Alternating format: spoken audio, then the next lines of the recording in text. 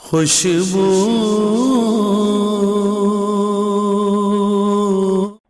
بسم اللہ الرحمن الرحیم الصلاۃ والسلام علیک یا رسول اللہ وعلی آلک واصحابک یا حبیب اللہ۔ معزز ناظرین و سامعین، مولا علی شیر خدا کرم اللہ تعالی وجہہ الکریم کی شان و عظمت، مقام و مرتبہ ہم سماعت کر رہے ہیں۔ آپ کی شہادت 40 سنہ ہجری 21 رمضان المبارک کو ہے۔ اس مناسبت سے ہم آپ کا ذکر خیر سن اور سنا رہے ہیں۔ نیک بندوں کے ذکر سے بھی رحمتوں کا نزول ہوتا ہے اور ان کے واقعات میں ہمارے دلوں کی جھلا اور ایمان کی تازگی ہے۔ قریش کے اندر ایک عورت تھی جو لوگوں کی امانتیں رکھ لیتی تھی، لوگ اپنی چیزیں اس کے پاس امانتاً رکھ دیتے تھے۔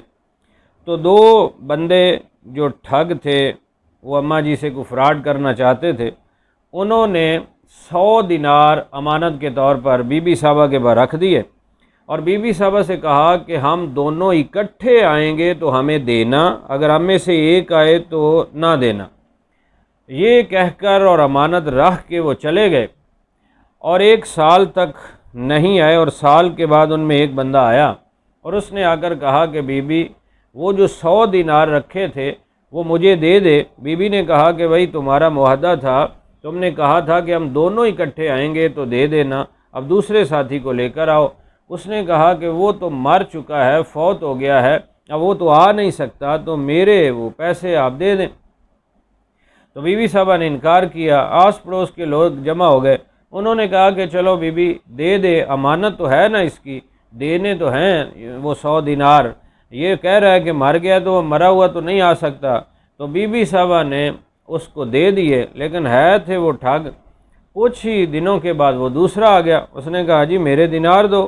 تو بی بی نے کہا کہ وہ تیرا ساتھی لے جا چکا ہے۔ تو اس نے کہا کہ ہم نے تو کہا تھا کہ دونوں اکٹھے آئیں گے، تو نے کیوں دیے؟ بی بی صاحبہ نے کہا کہ یہاں لوگوں سے پوچھ لو، وہ تو کہہ رہا تھا تو مر چکا ہے، فوت ہو گیا ہے، تو اس لیے ہم نے خیر خواہی کرتے ہوئے دے دیے۔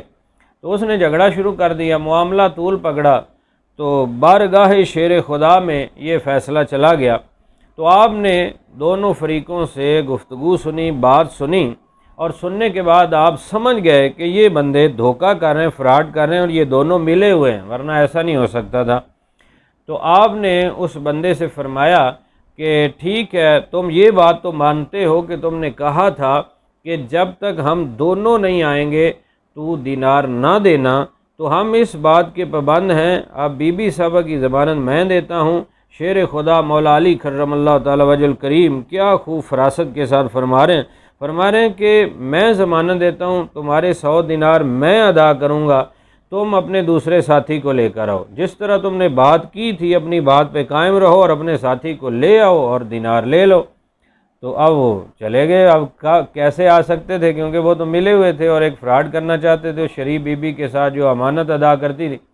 تو آپ نے اپنی فراست کے ساتھ اس بی بی کو اتنے بڑے ان جھوٹے لوگوں سے جو فراڈ کرنا چاہتے تھے اور بی بی کو لوٹنا چاہتے تھے، اس کو بچا لیا اور ان کو وہاں سے بھگا دیا۔ پھر وہ دوبارہ نہیں آئے اور لوگ آپ کی دنائی اور فراست دیکھ کر آشش کرنے لگے۔